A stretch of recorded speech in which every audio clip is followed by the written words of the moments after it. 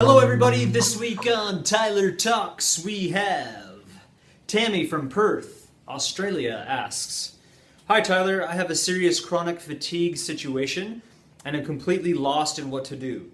I have been advised by my doctors that I am food sensitive and have been advised to stay away from fruit and veg and pretty much every fruit. I am totally confused on what I can eat as it seems I can't eat anything. No sugar, no refined foods, no fruit and veg. It's weird because my body is craving all the foods I've been advised not to eat. Spinach, strawberries, apples, bananas, milk, nuts, and seeds. Please help. Thank you for your time." From a lost and confused Tammy. So thank you for the question. And, I don't mean to come across as offensive to anybody in this video, but what I will say is that a lot of times what doctors advise is the exact opposite of what you should actually be doing. I know a lot of people with high blood pressure, for example, that the doctors will tell them to take a pharmaceutical drug and avoid grapefruits.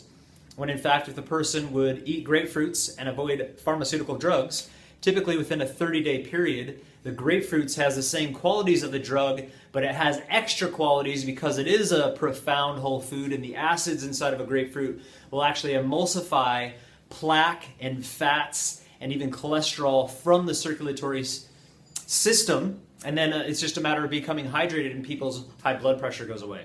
So didn't mean for this to be a high blood pressure video, but it's the same thing when it comes to adrenal fatigue. Now, a lot of people believe that they have chronic fatigue syndrome because they're not getting enough fruits and vegetables. Fruits specifically have a high amount of electricity, phytonutrients, vitamins, minerals, and electrical force that actually give the body excess energy. It's very easy to digest. The digestive system is the number one system for using more energy than anything. Literally. Your digestive system uses up a lot of energy, which is why a lot of times when you eat a big meal, you feel absolutely hacked. I could work out for 45 minutes hardcore and still have energy, but if I ate a big fat meal, I'd be knocked out. So it's a lot of energy used in digestion that's not happening with fruit, but you're getting a lot back. So if it's not actual chronic fatigue, it might be caloric. You're not meeting your caloric needs from the right kind of foods that are going to supply that energy.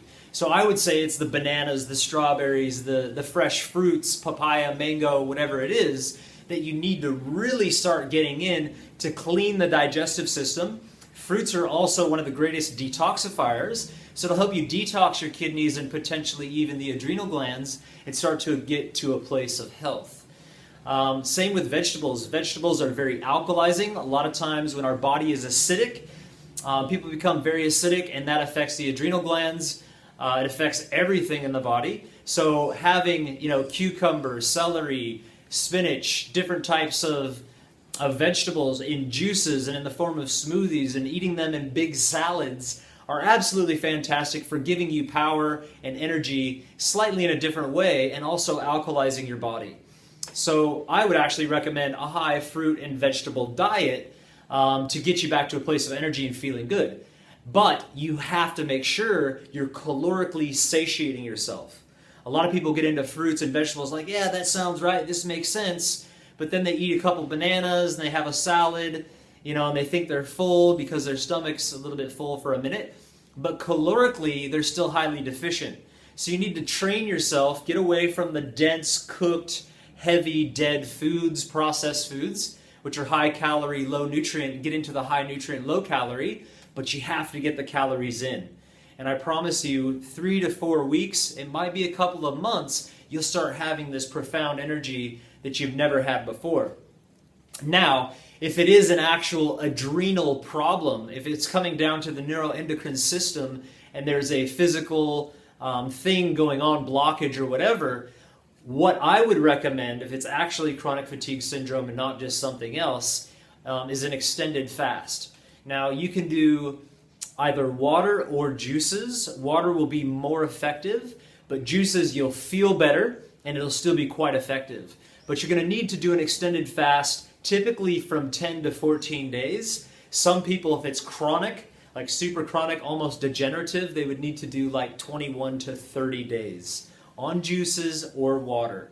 And as you're juicing throughout the fast, you may come to the point to where juices aren't really satisfying you or just feeling like not having them. Then you could go into some water until you feel like having juices again. And your neuroendocrine system literally is reset at about 10 days of a water fast. So with juicing, it might be a bit more, but Plato, Socrates, Pythagoras, these individuals were proponents, even Hippocrates and Paracelsus, for extended fasting, because they knew that about a 10 to 14 day period, your entire neuroendocrine system is reset. The glands literally reset themselves and start to produce the way that they should. Digestion starts to function properly, energy comes back. All of these systems have time to detox, and you come out of it literally like reborn. Then you get into the high caloric, fresh fruits, vegetables, and things of this nature, and you feel absolutely fantastic.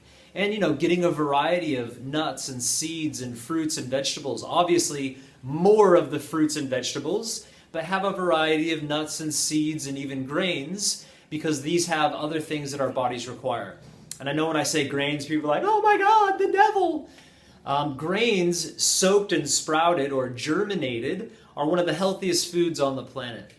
A lot of diseases and problems with digestion are coming from grains because they're soaked. They're soaked in fluoride, and they have a level of metal toxicity that starts to accumulate in the body, starts to shut down the digestive system and lead to celiacs and neurodegenerative problems of all kinds. So by soaking and rinsing and getting rid of that stuff and actually germinating it, getting the life force, that will give you profound nutrients, amino acids, proteins, and a variety of amazing nutrition. Not to mention you're getting rid of the phytic acid. And a lot of seeds and nuts have phytic acid, which is a natural digestive inhibitor that doesn't allow us to uptake minerals the way that we should.